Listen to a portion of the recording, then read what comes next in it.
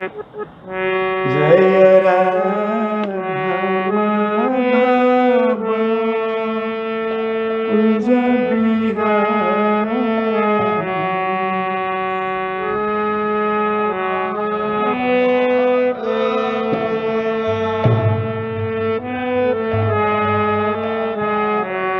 जय राधा माधव कुंज बिहारी।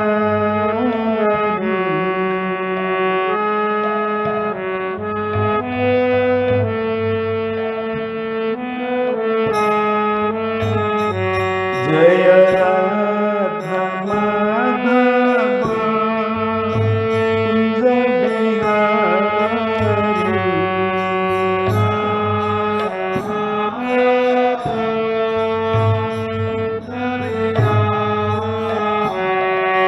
गोपी जन बल्लभ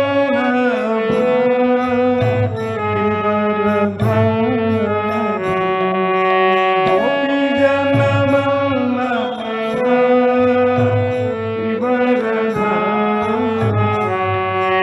गोपी जन बल्लभ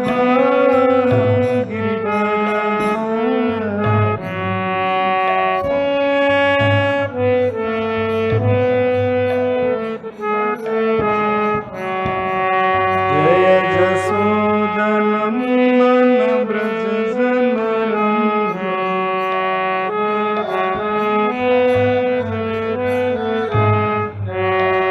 यशोदानंदन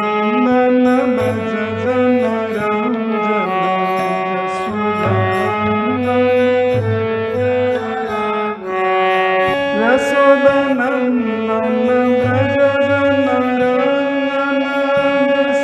यशोदानंदन ब्रज यशोदानंदन ब्रज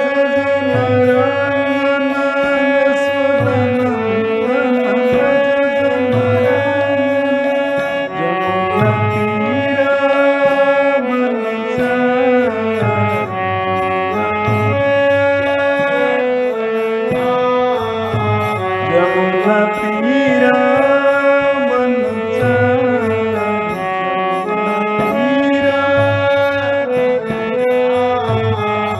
जय राधा माधव कुंज बिहारी।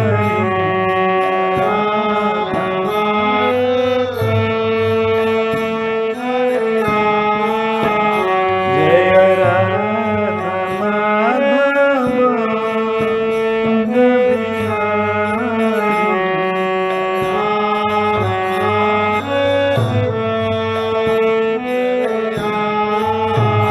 जय श्री कृष्ण चैतन्य प्रभु नित्यानंद श्री अद्वैत गदाधर श्रीवासदि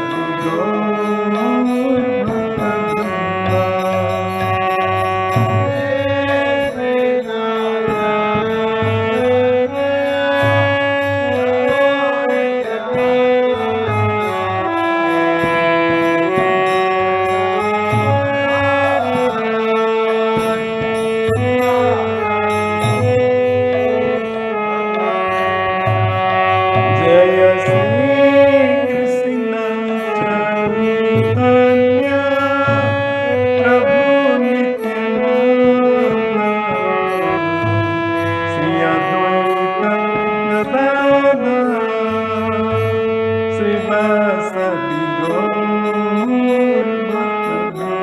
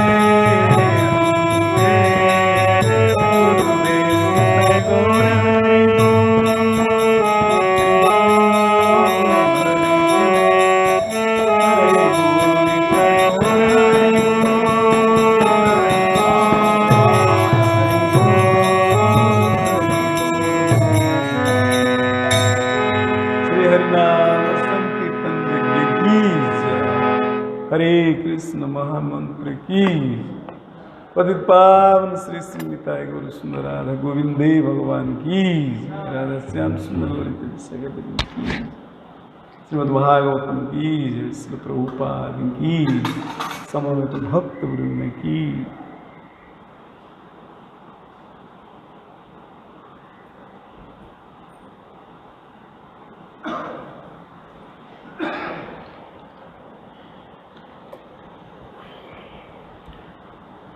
श्रीमद् भागवतम महापुराण की जय।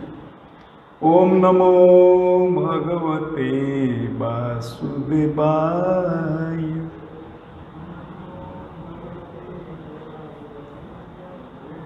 ओम नमो भगवते वासुदेवाय।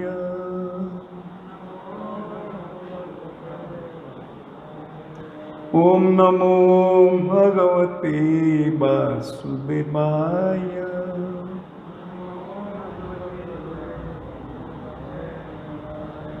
नारायणं नमस्कृत्य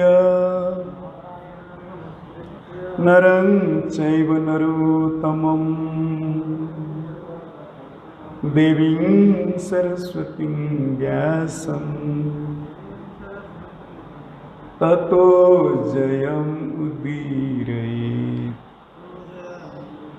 नष्टप्रायेषु भद्रेषु नित्यं भागवत सेवया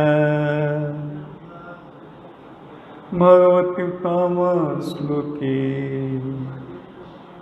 भक्तिर्भवति नैष्ठिकी मुखं करोति वाचालं पंगुलंघयते गिरिं यत्कृपातमहं वन्दे श्रीगुरो दीनतारिणं श्रीपरमानन्दमाधवं श्रीचैतन्येश्वरम्।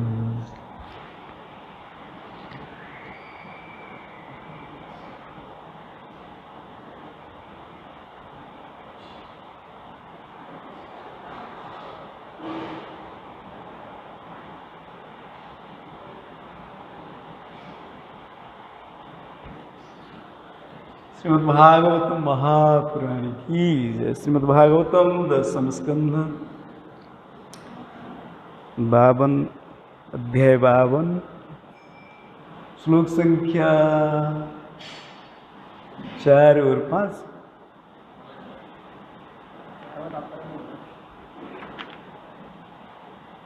जो नीचे जब जो ना उसके बगल उसमें ऐसे ब्रैकेट करके इसमें भी लिख देना चाहिए श्लोक संख्या, तो पता चलता है। हरे कृष्ण हरे कृष्ण हरे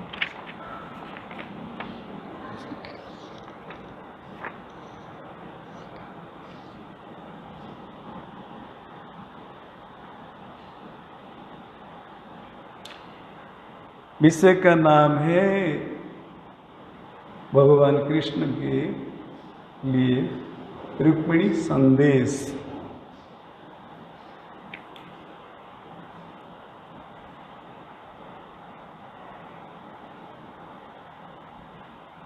श्लोक संख्या 4 में तात्पर्य नहीं है तो मैं पढ़ता हूँ, फिर बाद में श्लोक संख्या 5 से विभक्त सब में पढ़ेंगे, आवृत्ति करेंगे। बदर्याश्रमम् आसाद्य नरनारायणालयं सर्वद्वन्द्व सह शान्तस् तपसाराधयत् हरिम्। श्लोक संख्या 5। भगवान पुनः आव्रज्य पुरीं जवन वेष्टितां हत्वा म्लेच्छ बलं निन्ये तदीयं द्वारकां धनम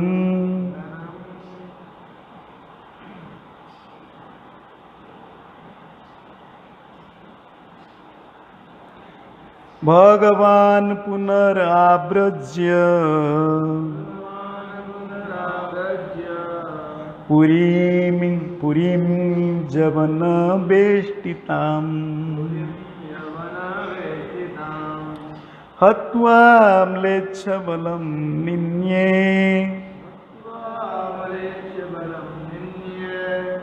तदीयं द्वारकां धनम्। भगवान पुनराव्रज्य पुरीं जवन वेष्टितां हत्वा म्लेच्छबलं निन्ये तदीयं द्वारकां धनम्। भगवान पुनराव्रज्य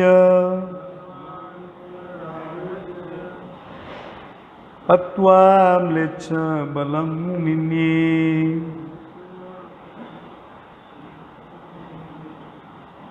भगवान पुनराव्रज्य पुरीं जवन वेष्टितां हत्वा म्लेच्छबलं निन्ये तदीयं द्वारकां धनम्। कृपया आप लोग बोलिए। भगवान पुनरावृज्य पुरीं जवन वेष्टिताम् हत्वा म्लेच्छ बलं निन्ये तदीयं द्वारकां धनम्।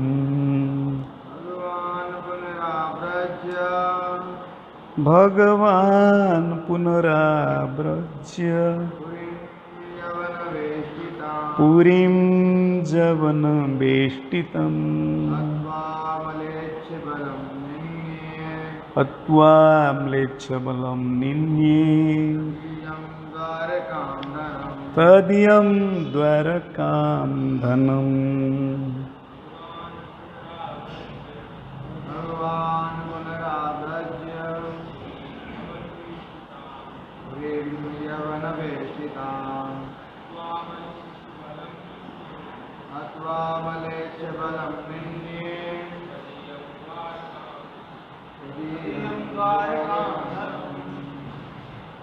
और कोई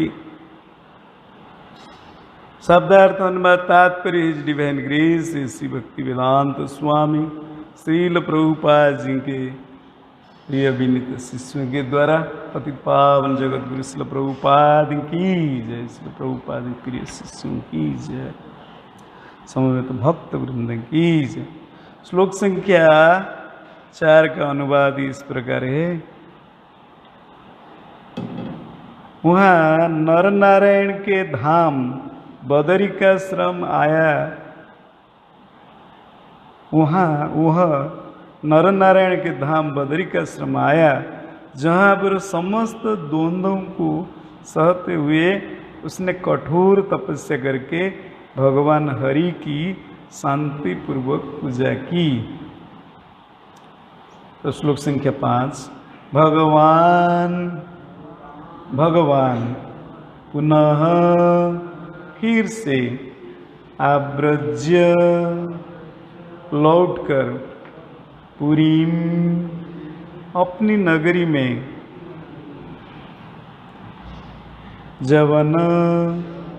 जवनों द्वारा बेष्टिताम घिरी हत्वा मारकर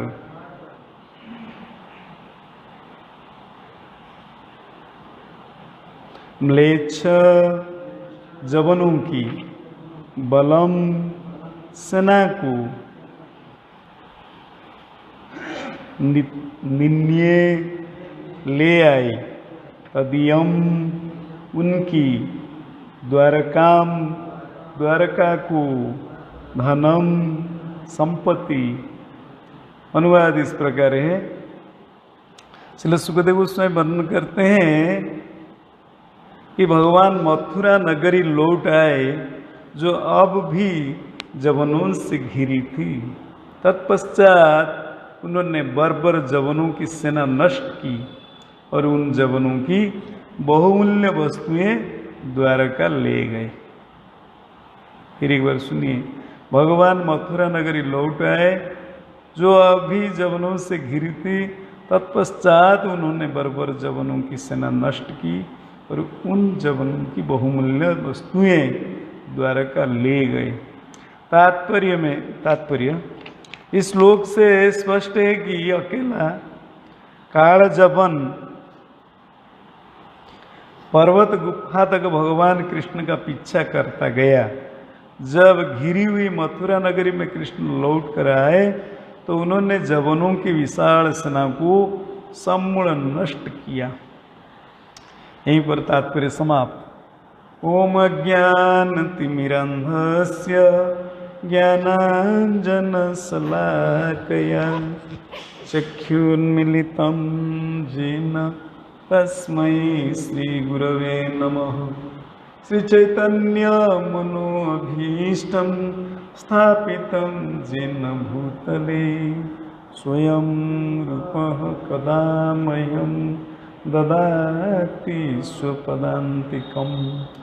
वन्देऽहं श्रीगुरो श्रीयुतपदकमलं श्रीगुरुन् वैष्णवांश्च श्रीरूपं साग्रजातं सगणरघुनाथान्वितं तं सजीवं साद्वैतं सावधूतं परिजनसहितं कृष्णचैतन्यदेवं श्रीराधाकृष्णपादान् सगणललिता श्रीविशाखान्वितांश्च नमो विष्णुपादाय कृष्णप्रेष्ठाय भूतले श्रीमते भक्तिवेदान्त स्वामिनिति नामिने नमस्ते सारस्वते देवे गौरवाणी प्रचारिणे निर्विशेषशून्यवादी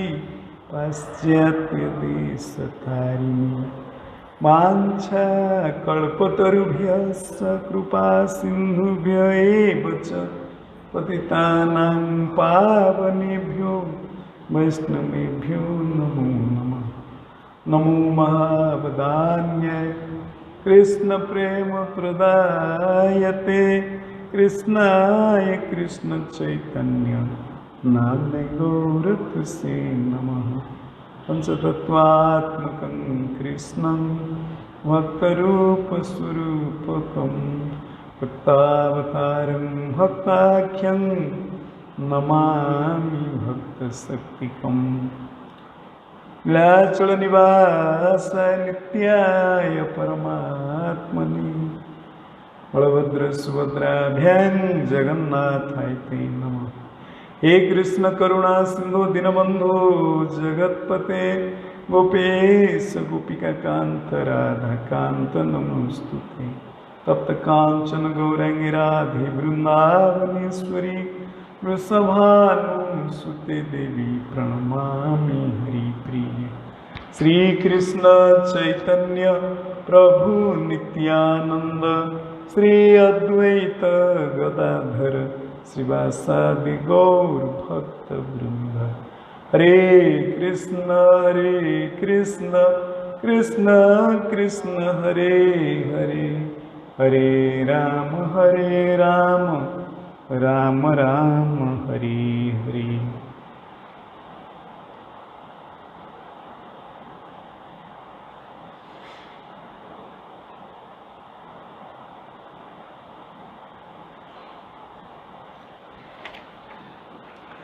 विषय का नाम है रुक्मिणी's मैसेज टू कृष्ण। भगवान कृष्ण के लिए रुक्मिणी संदेश। और अब श्रील सुखदेव गोस्वामी मुच्चुकुंद महाराज की सत भगवान का जो लीला वर्णन करने के बाद भगवान का आदेश प्राप्त करके मुच्चुकुंद महाराज किस प्रकार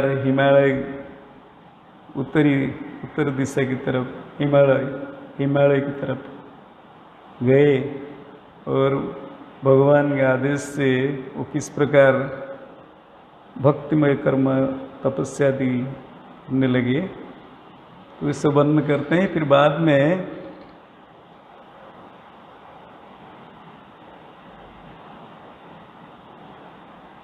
भगवान किस प्रकार फिर मथुरा नगरी वापस आए, फिर जवानों के सैन्यों को सभी सैन्यों को मारे बद्ध किए और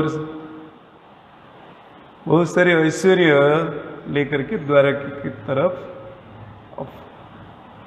जा रहे थे। और आगे वर्णन होगा फिर किस प्रकार जरासंध बहुत सारी 3 अक्षुणी ने कितना सैन्य लेकर के भगवान का सामना करेगा। तो कहते हैं कि sober king beyond material association free of doubt was convinced of the value of austerity. Observing his mind in Lord Krishna, he came to Gandhamadana mountain. कल का श्लोक था कि the sober king धीर महान राजा पुष्यकुंद जो धीर थे, भौतिक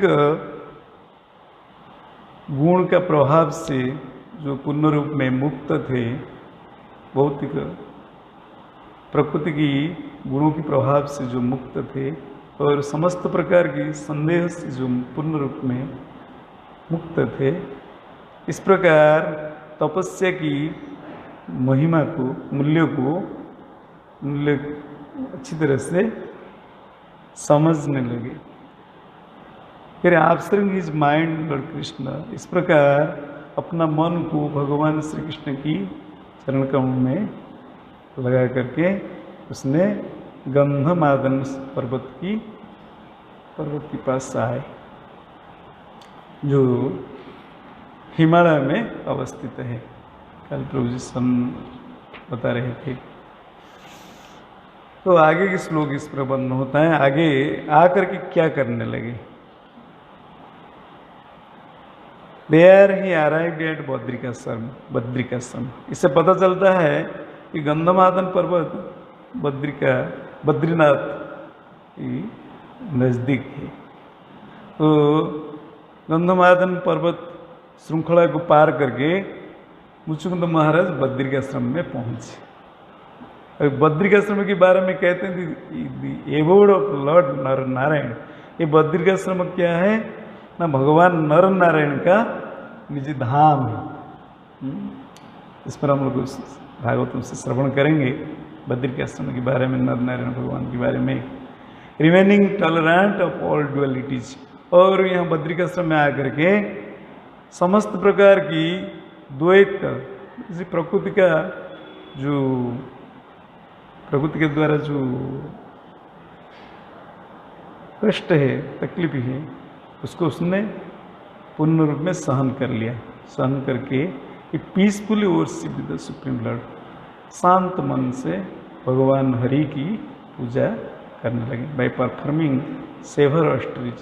और साथ साथ वो कठोर तपस्या भी, प्रकृति के द्वारा सभी प्रकार के कष्ट को सहन करते हुए शांत चित्त से वो तपस्या, कठिन तपस्या करते हुए भगवान हरि का पूजा में अपने को नियोजित किया।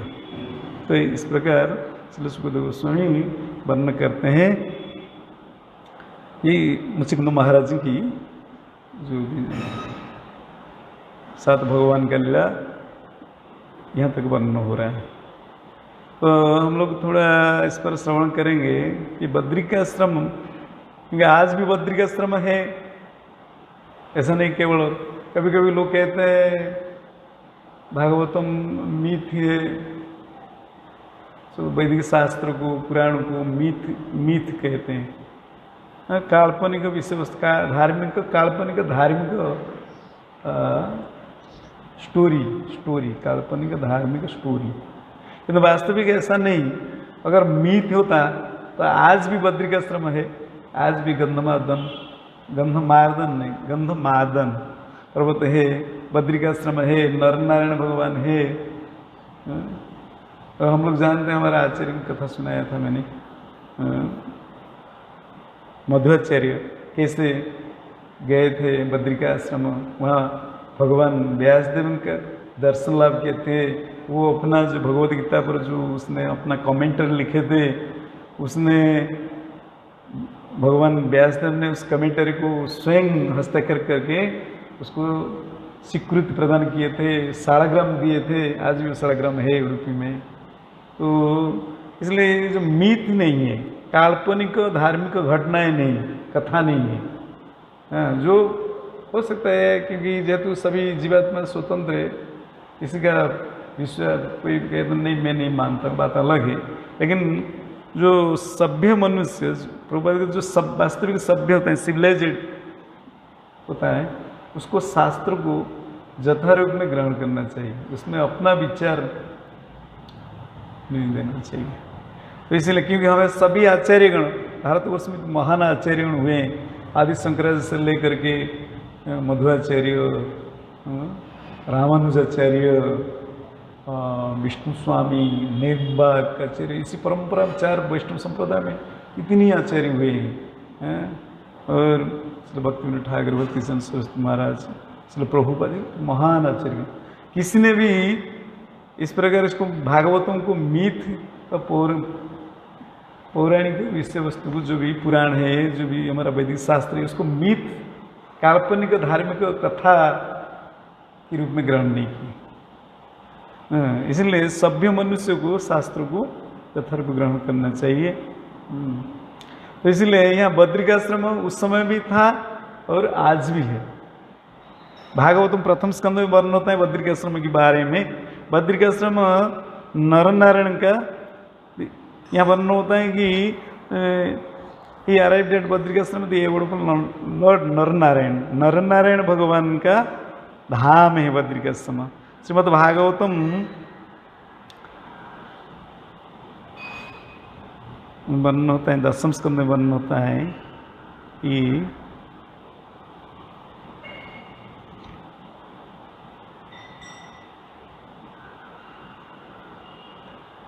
ये भगवान नर नारायण का अपना निजी धाम है, साथ साथ भगवान व्यासदेव जी का भी अपना क्या कहते हैं, उनका भी आश्रम है। आज भी वो आश्रम है। ऐसा नहीं, आज भी भक्त लोग जब जाते हैं दर्शन करते हैं, आज भी आश्रम है। ऐसा नहीं कि उसमें व्यासदेव की गुफा है जहाँ हम लोग जानते हैं कि भगवान व्यासदेव, वहाँ भगवान का व्यासदेव जी का आश्रम का नाम क्या है, समप्रस्य ऐसे कुछ। तो सरस्वती नदी के किनारे में समप्रस्य ऐसे कुछ होगा। वहाँ नारद जी कैसे आए थे, भगवान व्यासदेव सारी वैदिक शास्त्र को रचना करने के बाद फिर भी उनका हृदय, उनका मन संतुष्ट नहीं था। समप्रस्य, सरस्वती नदी किनारे में बद्रिकाश्रम में अपना आश्रम में बड़े चिंतित भाव से बैठे थे, चिंता में थे। ये सब कुछ मैंने मानव समाज का कल्याण के लिए सारे वैदिक शास्त्र को मैंने ये किया, लिखित रूप में दिया, उसको विभाग वर्गीकरण किया, तो जगत के कल्याण के लिए। लेकिन सब कुछ करने के बाद भी मेरा हृदय मन संतुष्ट नहीं है। तो फिर इस प्रकार भगवान की प्रेरणा से नारद जी आए। नारद जी ने फिर उनको समझाया कि आपको श्रीमद् भागवतम रचना करना होगा। इसमें भगवान श्री कृष्ण श्रीहरि की शुद्ध भक्ति बनना चाहिए। भगवान का शुद्ध भक्त और शुद्ध भक्ति की विषय उसमें वर्णन होना चाहिए, तब जाकर के जगतवासियों का कल्याण होगा, मनुष्य समाज का कल्याण होगा। तो भगवान व्यासदेव ने नारद जी की उपदेश से क्या किए ना, भागवत में यही रचना किए थे बद्रिकाश्रम में। उनका आश्रम आज भी है, गुफा है। तो फिर कहते हैं महाभारत भी रचना किए थे वहीं। वहाँ गणेश जी गुफा में भगवान व्यासदेव और गणेश जी के शिव विग्रह भी है। जो शुद्ध भक्त होता है उनको विग्रह और उनमें तो अंतर नहीं करते हैं, लेकिन सामान्य लोग जो जाते हैं वो कहते हैं हो सकता है उस समय भगवान व्यासदेव थे, अभी पत्थर बन गए। इस तरह का नहीं है, क्योंकि हमारा वैदिक शास्त्र में विग्रह और भगवान में अंतर नहीं करते हैं। भगवान का विग्रह एक ही है। जो शुद्ध भक्त जिनके हृदय शुद्ध है उनको साक्षात दर्शन होता है। फिर आज भी बद्रिकाश्रम है। बद्रिकाश्रम में नर नारायण ऋषि का आश्रम है। नर नारायण भगवान का अवतार है। जगतवासियों को क्या सिखाने के लिए? तपस्या सिखाने के लिए भगवान विष्णु स्वयं नर नारायण के रूप में आकर के वहाँ तपस्या कर, क्योंकि तपस्या ब्रह्मचर्य का जो महिमा जगत में प्रचार करने के लिए तो भगवान स्वयं क्या करते हैं ना, अपनी आचरी धर्म जीवेरे सिखाए। भगवान स्वयं स्वयं आचरण करके जगतवासियों को तपस्या और ब्रह्मचर्य का शिक्षा देते हैं, क्योंकि बिना तपस्या इंद्रिय संयम से भगवत भक्ति लाभ नहीं हो सकता है। समझ में आ रही? बस हम लोग देखते हैं समाज संसार में लोग विभिन्न प्रकार की पूजा पाठ तपस्या विभिन्न प्रकार धार्मिक अनुष्ठान करते हैं, लेकिन इंद्रिय संयम नहीं करते कि तपस्या नहीं करते हैं। तो इसी वजह से क्या होता है, वो जस्ट के खाली फॉर्मेलिटी जैसे हो जाता है, कोई लाभ नहीं। तो यह वर्णन होता है कि नरनारायण ऋषि, भागवत में वर्णन होता है, नरनारायण ऋषि स्वयं भगवान का अवतार है। उसने बद्रिकाश्रम में आकर के इसी को ही अपना तपस्या का स्थल रूप में चुने थे। तो भगवान अगर तपस्या कर रहे थे, माता लक्ष्मी जब भगवान खोज करके अगर वहाँ पहुँचे, देखे भगवान कठिन तपस्या में निमग्न है, तो माता लक्ष्मी जानती है कि भगवान ने ऐसा कि भगवान को तपस्या करने की जरूरत है क्या? भगवान को तपस्या करने की जरूरत नहीं, ब्रह्मचर्य पालन करने की जरूरत नहीं, क्योंकि वो उनकी क्या जरूरत है? लेकिन जगतवासियों को शिक्षा देने के लिए कि केवल इंद्रिय भोग ही जीवन का लक्ष्य नहीं, इस चक्कर में व्यक्ति रहेगा तो उसका जीवन बेकार हो जाएगा। जीवन का उद्देश्य क्या है? विशेषकर जो मनुष्य जीवन मिला है तो क्या करना चाहिए ना, भगवत प्राप्ति के लिए कठिन तपस्या करना चाहिए, इंद्रिय संयम करना चाहिए, है ना। इसीलिए भगवान ने क्या किए, आकर के तपस्या कर रहे थे। माता लक्ष्मी जब देखे भगवान ऐसे ही पूरा ऐसे तपस्या कर रही, क्योंकि हिमालय बहुत भयंकर स्थान है, भयंकर मैंने सुंदर है, पवित्र स्थान है, तपस्या के लिए सबसे बढ़िया स्थान है। इसीलिए तो मुचुकुंद महाराज चेस किए। जितनी भी प्रभुपाद महाराज एक जगह बताते हैं, लिखे हैं भगवद गीता में, लिखे हैं शायद भगवद गीता की भागवत में, भूल गया पर्टिकुलर, लेकिन इस प्रकार लिखे हैं कि जो तपस्या करना चाहते हैं, योग साधना आदि करना चाहते हैं, ऐसे व्यक्ति को क्या करना चाहिए ना, हिमालय जैसे पवित्र स्थान में जाना चाहिए। आगे जोगी लोग ऐसे ही करते थे। इसलिए भगवान क्यों करते ना, भगवान ने सिखाया स्वयं आकर, भगवान ने वहाँ तपस्या करने लगे। तो माता लक्ष्मी ने जब देखा, माता लक्ष्मी बहुत दुख हुआ। क्यों? लेकिन भगवान स्वयं, भगवान का क्या भाव है तपस्या करेंगे, हैं? उनको क्या वो परम भोक्ता है, भोक्ता रम यज्ञ तपसंग सर्वलोक महेश्वर, वो संपूर्ण संसार का स्वामी है, लक्ष्मीपति नारायण है, उनको तपस्या करने का जरूरत क्या है, योग साधना करने का क्या जरूरत है? लेकिन फिर भी भगवान जगतवासियों को सिखाने के लिए स्वयं तपस्या कर रहे हैं। इसलिए माता लक्ष्मी सहन नहीं कर पाई। इसलिए माता लक्ष्मी ने क्या की, बेर की पेड़ बन करके छाया, भगवान ऐसे बैठे थे इसलिए माता लक्ष्मी ने बेर की पेड़ बन करके भगवान नारायण के ऊपर, नर नारायण के ऊपर छाया ये की, छाया की। इसलिए बद्रीनाथ, जब माता लक्ष्मी बद्री मैंने बेर के पेड़ के रूप में ये कहते हैं, तो उनके नाथ है, स्वामी कौन है? नारायण। इसलिए वहाँ बद्रीनाथ है, इसलिए बद्रीनाथ, बद्री का आश्रम, बद्री नारायण भगवान कहते हैं, बद्री नारायण। तो इसलिए बहुत पवित्र स्थान है। विशेष करके सनातन धर्मावलंबन के लिए 4 जो तीर्थ धाम है, उत्तर में बद्रीनाथ, पूर्व में जगन्नाथ, पश्चिम में द्वारिकानाथ और दक्षिण में रामनाथ। ये बहुत प्रसिद्ध, जीवन में कम से कम दर्शन करना चाहिए। आजकल तो सब सुविधा हो गया, पहले ज़माने बहुत कठिन तपस्या करके जाते थे, बहुत कठिन तपस्या करना पड़ता था, लेकिन आजकल भगवान के पास सब सुविधा उपलब्ध है, इसलिए दर्शन करना चाहिए। लेकिन है तो बहुत रिक्स, लाइफ रिक्स, क्योंकि वहाँ प्राकृतिक विपर्य बहुत प्रकार के होता है और कठिन हिमालय रेंज है, मौसम हमेशा बदलता है, ठंडी बहुत भयंकर ठंडी है, अप्रैल से लेकर के अप्रैल, मई, जून, जुलाई, ये 4 महीने शायद दर्शन होता है। कब खुलता है पहला कवाट? नहीं, कि विशेष तिथि होता है, उस दिन खुलते हैं, भूल गए कौन सा के तिथि होता है, तो पहले उसी दिन कपाट खुलता है। बड़ी धूमधाम से भगवान को स्वागत किया जाता है। कहते हैं कि बाकी समय में वहाँ बर्फ गिरता है, कोई मनुष्य का शक्ति नहीं है, इसलिए देवर्षि नारद जी क्या करते हैं, भगवान का वहाँ पूजा करते हैं, सब बंद हो जाता है, पूरी बर्फ पड़ता है ना। विवाद में अप्रैल जब होता है, विश्व संक्रांति महाविश्व संक्रांति में ऐसा कुछ होता है, उसी दिन खुलता है, तो फिर भक्त फिर जाते हैं दर्शन करने के लिए। इसलिए नर नारायण भगवान ऋषि के रूप में तपस्या करते थे। वही नर नारायण ही कृष्ण और अर्जुन, जब नर नारायण ऋषि तपस्या कर रहे थे, ये एक साथ में मैंने इनका नाम लिया नर नारायण, एक ही है, लेकिन अपना लीला में से दो जमज हुई थी। इसलिए जब नर नारायण ऋषि तपस्या कर रहे थे, तो इंद्रदेव तब तो समझ नहीं पाए कि भगवान है।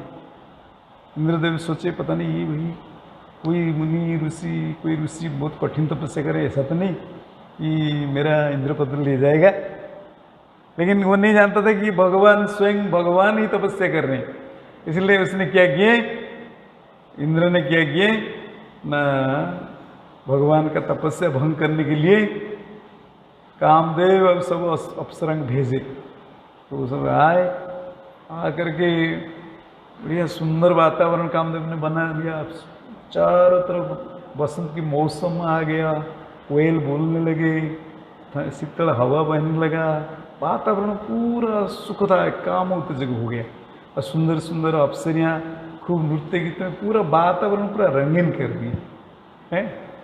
लेकिन वे सामान्य ऋषि और विश्वामित्र हो तो उनका तपस्या भग्न हो सकता है, लेकिन स्वयं भगवान तपस्या कर रहे थे, तो भगवान का तपस्या कौन, इंद्र में क्या शक्ति है। तो इसलिए आखिर में क्या हुआ, सब जितने भी प्रयास किए कामदेव ने सभी अप्सरियाँ, तो भगवान का तपस्या भग्न नहीं हुआ। भगवान तो जानते हैं कि इंद्र का कार्य है, इसलिए भगवान ने क्या किए, अपना उरु से, जांग से एक सुंदर अप्सरा सृष्टि की, जिनके नाम है उर्वशी, उर्वशी उरु से, और सबसे सुंदर। और जैसे ही उर्वशी प्रकट हुई ना, तो उनकी इतनी सुंदर थी, जैसे जितनी सारी अप्सरा है सब, जैसे सूरज आसमान में उगता है तो सारी, इवन चांद का भी फीका, चांद भी फीका पड़ जाता है ना। तो इस प्रकार आज छोटे छोटे सितारे का बात क्या कहा जाए, जुगनू जैसे है ना, छोटे छोटे सितारे क्या, सूर्य के सामने जुगनू जैसे, उसका कोई वैल्यू है। तो इस प्रकार जब उर्वशी को भगवान अपना उरु से जांग से प्रकट किए, इतनी सुंदर थी, इतनी सुंदर थी वो, कि उसकी प्रभा से, उसके आवाज से ये सारी जितनी सारी अप्सराएं थे सब फीका पड़ गए, सब मुंह पीछे कर लिए, से मुंह मोड़ लिए। अरे इतनी सुंदर थी उसकी चाली, उसकी बोली से है, ये लोग सभी मोहित हो गए। तो फिर वो सभी अपना गलती स्वीकार किए, भगवान के चरणों में गिर करके माफ़ी मांगने लगे कि हम लोग इंद्रदेव ने भेजे थे आपकी तपस्या भग्न करने के लिए, कृपया हम लोग का इसमें कोई दोष नहीं, कृपया हमारा अपराध माफ़ कीजिए। भगवान जानते वास्तविक इनके कोई दोष नहीं, सेवक है, भगवान ने सभी का अपराध मार्जना किए। बोले ये जो अप्सरी है, ये है, इनके नाम है उर्वशी, और ये मेरे तरफ से इंद्रदेव को भेंट है, समझ में आ रहे। तो फिर इंद्रदेव ने समझ गए, फिर अपराध क्षमा प्रार्थना, अपराध से मुक्ति प्राप्त करने क्षम प्रार्थना कि ये भगवान की विशेष लीला। चलो नर नारायण भगवान, वो उनका 4 हाथ था, चतुर्भुज भगवान, चतुर्भुज भगवान, दंड कमंडल लिए, मृग छाल पहने थे, पूरा ऐसे जोगी, पूरी जो साधना करते थे, आज भी करते हैं। तो इसीलिए जो सविशेषवादी भक्त, जो भक्त लोग हो जाते हैं, मायावादी निराकरवादी, वो क्योंकि वो तो निराकरवादी भगवान का तो विग्रह स्वीकार नहीं करते हैं, और मायावादियों का इससे कुछ लेन देना नहीं। तो इसलिए विशेष करके जो भक्त लोग होते हैं, वैष्णव जन, बद्रिकाश्रम जाते हैं, नर नारायण दर्शन करते हैं। आज भी नर नारायण है, वहाँ का वातावरण बहुत पवित्र है, बहुत सुंदर है। यदि समय के प्रभाव से थोड़ा बहुत कुछ डेविएट हुआ है, फिर भी वो स्थान अत्यंत पवित्र है, भगवान का निजी स्थान है। तो इसलिए जो भगवान भगवत कृपा प्राप्त करना चाहते हैं जाते हैं, जो तपस्या भी करना चाहते हैं, साधना करना चाहते हैं, वो स्थान बहुत स्वीटेबल है, स्वीटेबल है। तो इसीलिए मुचुकुंद महाराज ने उस स्थान को चॉइस किया। तो इसलिए वो बद्रिकाश्रम आए, जो भगवान नारायण का अपना निजी धाम है, और वहाँ आकर के उसने प्रकृति का सारी जो प्रभाव को सहन करने लगे, क्योंकि अब प्रबल ठंडी, बर्फ से वो ढका रहता है 6 महीना, तो कितनी भयंकर शीत होगा, ठंडी होगा, सर्दी होगा। फिर वहाँ कोई कुक्ड फूड नहीं मिलेगा, कोई रोसाई करके आपको देखा, जंगल में जो भी फल मूल सीजन वाइज मिलेगा उसको ही खाना है। फिर इतनी ठंडी में पानी तो आप छू नहीं सकते हैं, फिर भी भगवान की कृपा से वहाँ तप कुंड है, गर्म पानी ऑटोमेटिकल निकलता है। साधु लोगों भक्तों का भगवान बड़े दयालु है, जानते हैं मेरे भक्त लोग यहाँ आएंगे, तपस्या करेंगे, साधना करेंगे मुझे प्राप्ति करने के लिए, तो सहन नहीं कर पाएंगे, क्योंकि फिजिकल बॉडी है ना, बहुत ही शरीर इतना कष्ट सहन करना मुश्किल है। तो इसलिए भगवान ने भी वहाँ आके तप्त कुंड बनाया, नेचुरल, और 24 घंटा गर्म जल उसमें से उपलब्ध है। वो पानी कभी दूषित नहीं होता है, ऐसा नहीं कि नहा लिए, एक कुंड के अंदर पानी रख दो, उसमें कोई नहा लिया तो फिर उसका शरीर का गंदगी उसमें चला जाएगा, लेकिन वो कुंड कभी भी गंदा नहीं, अपवित्र नहीं होता है। ये होता है भगवान की भी शक्ति है, ऐश्वर्य। तो इसलिए भक्तों के ऊपर कृपा कर भगवान ने उसमें रखे हैं। और फिर तपस्या, कठोर तपस्या करना पड़ता है, वास्तविक तपस्या, क्योंकि इतनी भयंकर सर्दी में रहना, हिमालय में रहना, खाने पीने की कोई व्यवस्था नहीं, फल मूल खाना, जाड़ को सहन करना, गर्मी को सहन करना, जो भी मौसम। तो इसलिए महाराज मुचुकुंद इसको सहन की, क्योंकि भक्तों को तो ये सब सहन करना चाहिए। एट ए टाइम कोई महाराज मुचुकुंद को ये नहीं कर सकता, नकल नहीं कर सकता, क्योंकि कोई कहेगा हम लोग धीरे धीरे, हम उस समय का बात अलग था, उनका स्थिति अलग है, हम लोग का स्थिति, हम लोग परिवेश के अनुसार हम लोग भी हमारा आचार्यगण दिए हैं। इसलिए हमारे हिसाब से, समय के हिसाब से हम लोग भी तपस्या की, भक्तों को तपस्या करने के लिए निर्देश दिया गया है। तो हम लोग जितना सहन कर सकते हैं उतना तपस्या हम लोग के लिए भगवान ने भक्तों के जरिए से दिए हैं, गुरु आचार्य के जरिए से। श्री गौर राधा गोविंद की जय। लेकिन महाराज मुचुकुंद, ध्रुव महाराज, प्रहलाद महाराज, नारद जी, श्री राधा गोविंद की जय, इनका बात अलग होता है। वो जितना जो तपस्या कर सकते हैं, जो त्याग कर सकते हैं, जो भगवान जिस पर भक्ति कर सकते हैं, ऐसा कोई कर नहीं सकता है, क्योंकि वो स्वतंत्र है। लेकिन वो हमारा आचार्यगण आदर्श है, हमें उनको नकल नहीं करना है, लेकिन उनकी चरण चिन्ह पर उनका महाजन जनक तत्पंथा, उनको अनुसरण करना चाहिए, अनुकरण नहीं। तो इसलिए उसने क्या किए, न भगवान को प्रसन्न, कृष्ण को प्रसन्न करने के लिए वहाँ समस्त प्रकार की जो भौतिक जो प्रभाव को सहन करने लगे। डुअलिटीज का अर्थ होता है द्वैत भाव, सुख दुख, ताप शीत उष्ण आदि सब सहन करने लगे पीसफुली। फिर वो सब कुछ सहन करते हुए लेकिन उनका मन कभी विचलित नहीं होता था, क्योंकि भगवान ने उनका आशीर्वाद दिए थे। स्वयं भगवान श्री कृष्ण उनको वर प्रदान किए थे ना, इसलिए ऐसी स्थिति में भी उनका मन किसी प्रकार विचलित नहीं होता था। हम लोग का मन सामान्य में विचलित हो जाता है सब, लेकिन ये तो इन पर भगवान का विशेष कृपा था, भगवान का प्रिय भक्त थे, भगवान स्वयं विशेष कृपा किए थे, इसलिए उनका मन किसी प्रकार विचलित नहीं हो रहा था। चाहे जितना भी कष्टदायक परिस्थिति था, फिर वो सब सहन करता था और शांति से थे, उनका मन पूरा शांतिपूर्ण था। और भगवान हरि का उसने इस मानसिक स्थिति में रहते हुए पूजा करते थे। और कठोर तपस्या मैंने जो विधि विधान है, जैसे एकादशी व्रत करना, ब्राह्मण मुहूर्त में उठना, ब्रह्मचर्य पालन करना, केवल कृष्ण को भोग लगाकर कृष्ण प्रसाद खाना, 4 प्रकार की पाप पुण्य कार्य से बच के रहना, ये होता है तपस्या। ये सारी तपस्या को अत्यंत निष्ठा से पालन करते थे। तो इस प्रकार करते हुए इसने भगवान के चरण कमल को प्राप्त किए।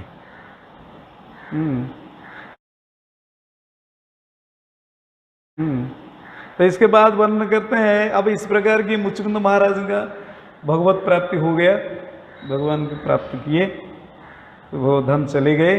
तो उसके बाद ये उसमें वर्णन करते हैं भगवान क्या किए, क्योंकि भगवान को तो बहुत लड़ाई करना था, क्योंकि लगभग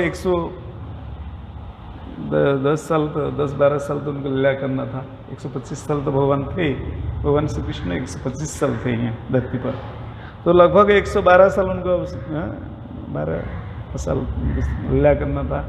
तो इसलिए भगवान वहाँ से फिर वापस आए, लॉर्ड रिटर्न टू मथुरा।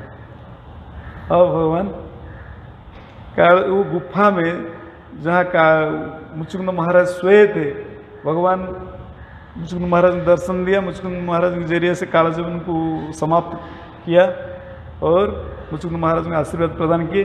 अब मुचुकुंद महाराज भगवान का आशीर्वाद प्राप्त करके, आदेश प्राप्त करके वो गुफा तय करके हिमालय की तरफ आ गए।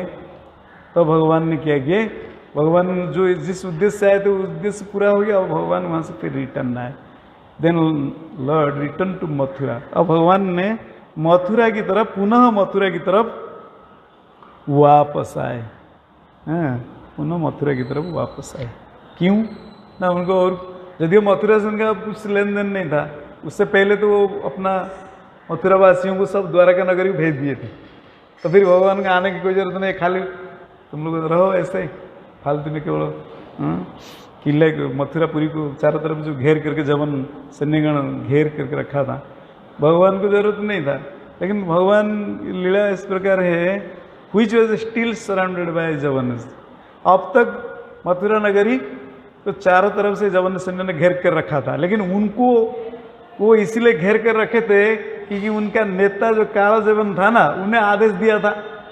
और जब तक उसने शत्रु का पीछा करके गया है, अब जब तक वो वापस आया नहीं, जब तक आदेश नहीं दिया है, उनका सैन्य कैसे जाएगा? सैन्य को जो आदेश मिला है वही है ना। जब तक कमांडर का आदेश नहीं मिलेगा तब तक वही हिल नहीं सकते हैं। इसलिए वो लोग जब तक अपना स्वामी का आदेश नहीं मिला है तब तक वो पूरा मथुरा नगर को पूरा चारों तरफ से घेर करके कि एक भी ना कोई बाहर से अंदर जा सकता है, ना कोई बाहर अंदर से बाहर आ सकता है। तो कितना अक्षिण से लाया था? 23 अक्षिणी ना, कैसे लाया था? 23 अक्षिणी काला जवन ने कितना 23 अक्षिणी से लाया था, ऐसे कुछ नहीं, भूल गया। मतलब विराट सैन्य बहन लेकर आया था, चारों तरफ मथुरा घेर कर रखा था। अब भगवान श्री, लेकिन उनको पता नहीं था कि उनका स्वामी काला जवन भगवान ने उसको समाप्त कर दिया है, इनको पता नहीं था। और ये क्या सोच रहे थे कि हमारा स्वामी वो सर्वशक्तिमान है, अरे कृष्ण इनके सामने क्या है, वो निश्चिंत रूप में कृष्ण को विनाश करके आएंगे, फिर हम लोग मथुरा नगर शोषण लूटेंगे, मथुरावासी को दंड देंगे। लेकिन अब क्या हुआ, वो नहीं जानते कि भगवान कालाजवन खत्म करवा दिए। अब भगवान रिटर्न मथुरा आए, वापस आए। अब तक वो मथुरा नगरी जवन सैन्यों के द्वारा घिरा हुआ था। Then he destroyed the army of barbarians. और भगवान श्री कृष्ण ने क्या किए, ऐसे जवन सैन्यों को सारी सैन्यों को समाप्त कर दिया। And began taking their valuables to Dwarka. अब भगवान ने क्या किए, सभी जो सैन्य थे, जवन सैन्यों का शरीर में जो उस समय में वर्णन होता है कि जब युद्ध करने जाते थे, वो आभूषण सब पहनते थे, सोने का मुकुट आभूषण सब पहनते थे। वहाँ उस समय का ऐसे था कि जब युद्ध क्षेत्र में जाते थे वो अपना ऐश्वर्य प्रदर्शन करते थे, हैं।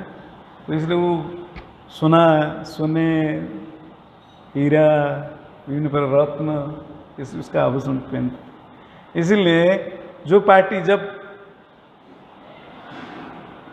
लड़ाई होता था, जो पार्टी हार जाता था, उस हारे हुए सारी सैन्यों का शरीर से ये क्या करते थे, जीतने वाले सारी उनका जो मूल्यवान जो गहना था, सब मुकुट वगैरह था, सब क्या करते थे, क्योंकि वो तो सोना तो अपवित्र नहीं होता है, सोना रत्न अपवित्र क्या होता है, सोना अपवित्र नहीं होता है, सब ले आते थे।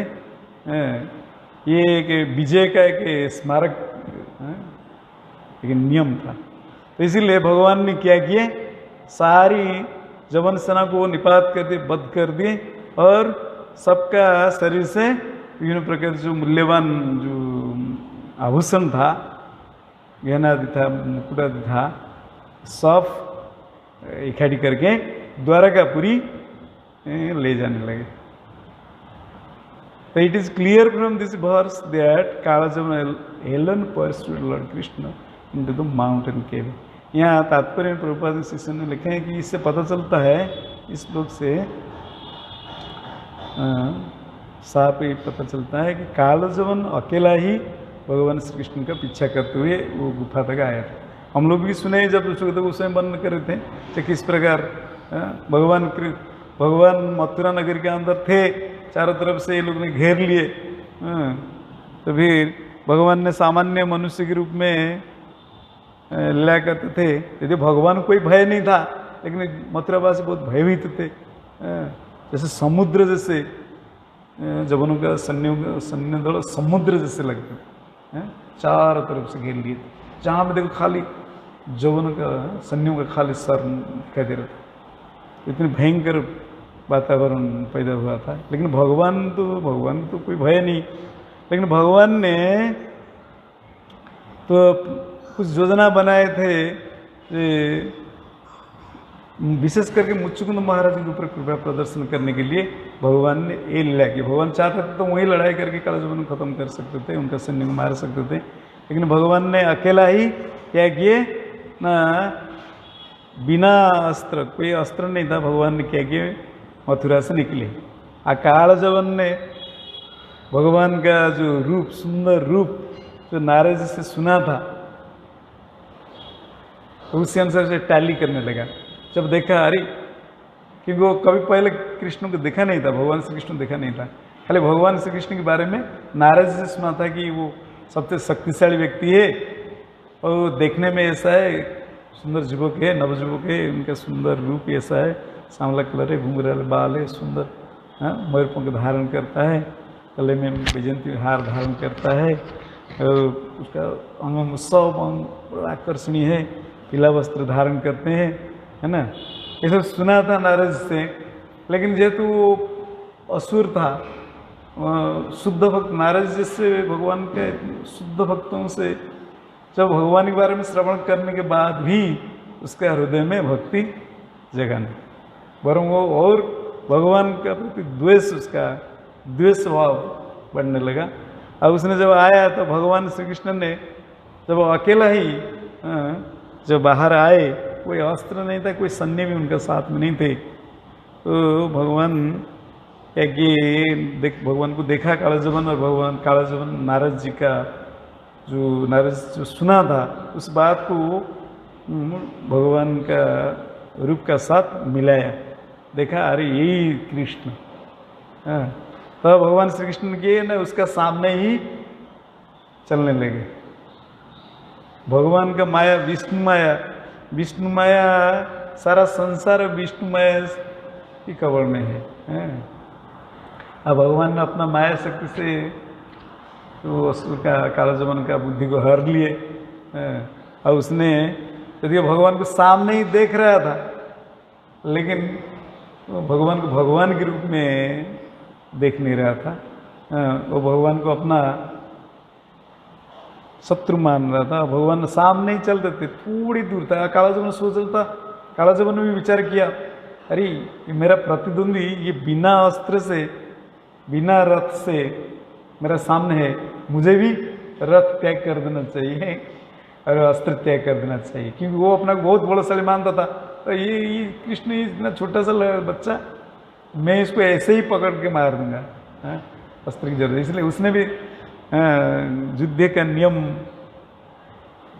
पालन करते हुए अपना अस्त्र अपना रथ त्याग कर दिया। वो भी कृष्ण का पीछे पीछे खाली हाथ कृष्ण को पकड़ने के लिए चला।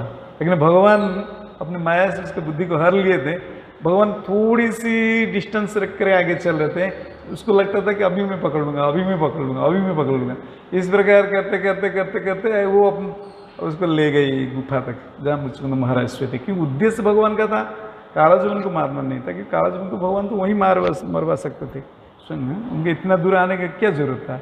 लेकिन विशेष उद्देश्य था कि मुचकुंद महाराज को जो देवता लोगों ने जो वर दिए थे वो वर का भी भगवान यदि परम स्वतंत्र है, वो किसी अगर वो ऐसा कर सकते हैं कि वो देवता का वर रहेगा नहीं, फिर भी देवता को भगवान देवता लोग भगवान का भक्त, भगवान हमेशा अपना भक्तों का महिमा बढ़ाना चाहते। इसलिए भगवान ने क्या किया, देवता का बात भी ठीक रहेगा, उनका भी सम्मान रहेगा, और मेरा विशेष भक्त जो मुचकुंद महाराज मेरा जो भक्त है उनको भी मैं आशीर्वाद प्रदान करूंगा, साथ साथ में कालाजुगन का भी खत्म करवा। इसलिए भगवान कई उद्देश्य लेकर के वहाँ आए।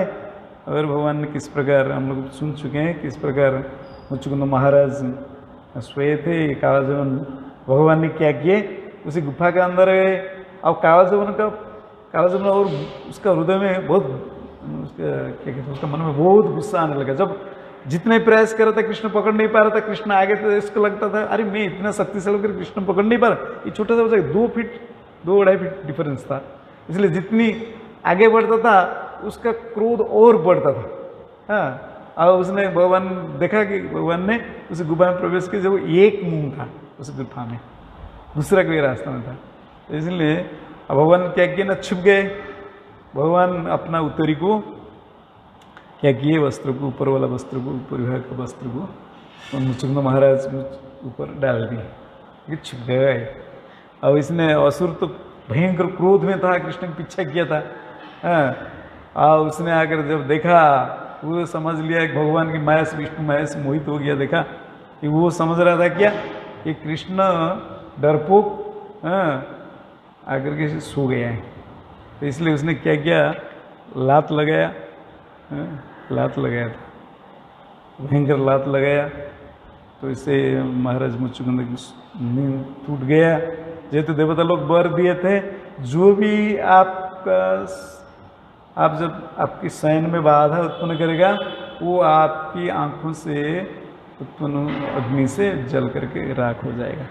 आज जैसे ही मुचकुंद महाराज ने कहा, असमय मुझे किसने मेरा नींद में व्याघात सृष्टि किया, बाधा उत्पन्न किया, तब देखा मेरे असुर ऐसे ही जल करके राख हो गए। फिर बाद में भगवान प्रकट हुए, भगवान का सुंदर दिव्य तेज से वो गुफा कैसे जगमगाने लगा, सारी अंधकार दूर हो गया, वातावरण अत्यंत पवित्र और सुहावना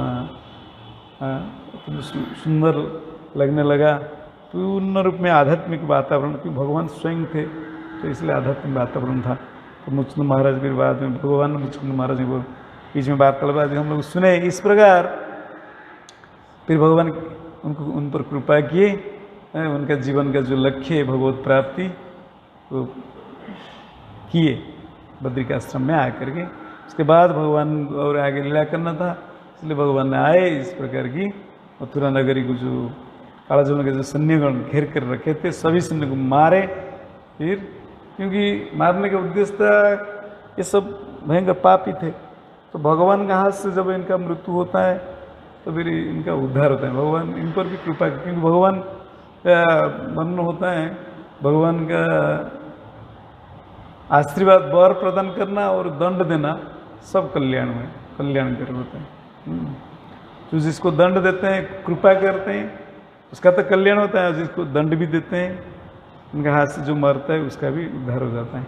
इसलिए सबका भगवान ने क्या किया, कालाजुगन का इस प्रकार उद्धार किया, और साथ साथ में कि उनका सैन्यों का सब उद्धार किए। अब भगवान ने आगे वर्णन इसलिए सुखदेव में वर्णन करेंगे। तो ये धन संपत्ति लेकर के जब began taking their values to Dwarka ले जाने के लिए तैयारी करें, मतलब सब इकट्ठी करके सब गाड़ी बैलगाड़ी जो भी था उस समय में हाथी व ऊँट बैलगाड़ी पर लादे थे ले जाने के लिए। अब तैयार करें ले जाने के लिए। अब उसके बाद क्या हुआ, आगे बढ़ना होगा। किस प्रकार जरासंध आएगा, सीन पर जरासंध आएगा, फिर जरासंध ने फिर भगवान का साथ लड़ाई करेगा। भगवान ने किस प्रकार